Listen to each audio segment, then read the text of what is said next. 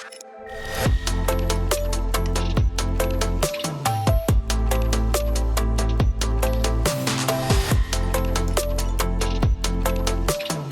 are some really interesting options for investors to participate in the nuclear investing universe. And so we're spending a lot of time talking about how clients can get access to not only the physical markets, but equity exposure as well. Yeah, and for us, that's one of those spots that's been a kind of a theme throughout the year that we've really seen. There's a couple different ways to play nuclear energy, and for us, we focus on those pure play miners. And when we describe pure play, we're talking about those companies, as you know, have at least half of their revenue or assets are dedicated to uranium. So that's a place where we think that there's a real opportunity as we head into 2025. If you were to look at this past year, the uranium miners have underperformed, and that's been in the face of very strong fundamentals. And we've seen, as we talked about AI, even from a geopolitical standpoint, where we've seen Russia announce that they're going to stop sending enriched uranium to the United States. We see the ongoing issues with the coup in Niger. All of these things are impacting the global uranium markets. And we think what we're going to see is a crowding in of funding in many Western countries as they look to bring those supply chains back to the United States, Australia, Canada, places that are friendly to the United States. And as we go through 2025, we think that there's going to be the potential for a catch-up trade on the miner side. Steve, could you tell us a little bit about some of the investor profiles that are interested in this style of the market? Yeah, so we're seeing a lot more interest as it relates to uranium. If you were just to look a few years ago, as it relates to nuclear investments, it's just a couple $2 billion or so invested. Now, if you start looking at the physical side and the equity side, we're up around that $10 billion, $11 billion range. So a lot of activity from investors has come into the space.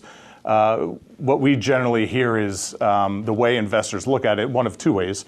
One, if they're invested in broader base type indexes, think like the S&P 500, Russell 2000, they're very much underweight their uranium or nuclear exposure.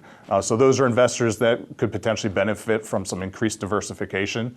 And as they start looking at their oil and gas or traditional energy exposure, again, that's an area that their portfolio tends to be underweight. The second type of investor is interested in the potential volatility of this growing industry and might elect to put it into their growth sleeve. And so we're starting to see a lot of investors consider that as a way to kind of add alpha to more of a traditional portfolio. It does sit alongside things like gold and regular equities. And that's something that we think investors are starting to gravitate to.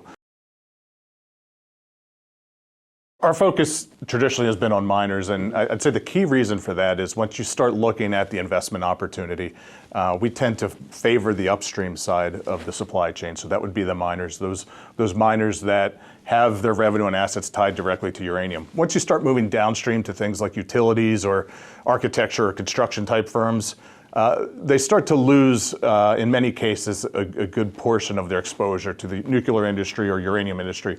I think the greatest parallel I could draw to that would be if you were to look at the copper industry. It's a great example. If you look at the 10 largest copper miners, only 4 of those are actually predominantly copper miners or publicly traded.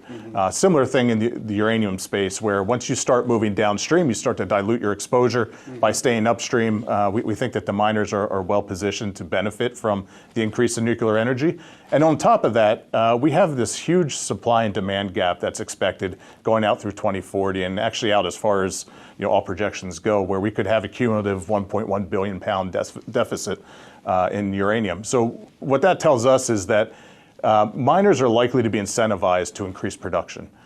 So they have to start bringing more material out of the ground, but in order to do that, we need higher prices. So we're at this point in time where we have this overall overhanging supply deficit going out for the next 2 decades or so. But at the same time, prices aren't quite high enough to incentivize the increased production. So we think as that starts to move its way through the market, that the miners are going to stand to benefit. Steve, could you talk a little bit about the supply demand dynamics of the nuclear market and how it's unique versus some of the other commodities? Uranium market is a very interesting one, and it's one of those things where we've had nuclear energy now for decades, but at the same time, it's been underinvested in for so long. So we came out of the Cold War where we had this period of this large secondary supply of uranium that was able to feed the market. We're now at a point where that's pretty much been exhausted, and we have to increase production, the primary production as we call it. And with that, to get new permits and go through the permitting process and go from a greenfield project where we discover uranium to getting it to production and starting to have any meaningful output can take a decade or longer. So I think what we need from a policy standpoint, not just in the United States, but we see this in every mining jurisdiction, is we need to have policymakers understand that we need to get more uranium out of the ground now if we're going to rely on nuclear energy down the road. And as we look at government policies, we just came out of the COP29 conference last month. We're now up to 31 countries that have signed on to triple nuclear energy capacity out through 2050. So we see the governments moving in that way of increasing their reliance on uranium and nuclear energy. We just need the policy to come alongside that so we can boost that supply. So that's another reason why we like the miners, as that it's another way we expect to see the investment get crowded in, and we think the miners will be well positioned to take advantage of that. And given that there's a new administration that will be in place in Washington in January, are there any short-term projections of what we'll see in the uranium market? So I think one of the things that's different than we've had in years past, and it was very evident over the last 12 to 18 months, is that Democrats have now gotten much more nuclear friendly. We've seen things like the ADVANCE Act and Inflation Reduction Act, which have now incentivized domestic production of uranium. It's also providing some financial incentives to nuclear reactors to stay operating longer. Traditionally, that was a Republican issue. So the fact that both parties are on board with that, we think now that the new Trump administration is coming in, we don't expect to see a change in course as it relates to nuclear energy or uranium. For our viewers that are just tuning in, part of the American energy supply today already in nuclear? Yeah, we're actually the largest producer of nuclear energy in the world. Might be surprising to some because we did have a long period of time where we've just built a few reactors, right? So when we look at where a lot of the current demand is coming, a lot of that is coming from China. They're not the largest nuclear power yet. They're looking to get there. They're adding somewhere in the neighborhood of 8 to 10 permits a year to build new reactors. So a very aggressive way for them to build out their energy profile. And there's two reasons for that. One, so given the population of China and technological advances that we see in the West, it's a very potent energy source. It has that high base load power, meaning that it doesn't worry about intermittency that we see with wind and solar and hydro and other forms of cleaner energy. And the other aspect is it is a very clean form of energy, and because of that, it's starting to be favored by governments to meet net zero decarbonization goals. So it really does kind of hit on both of those fronts.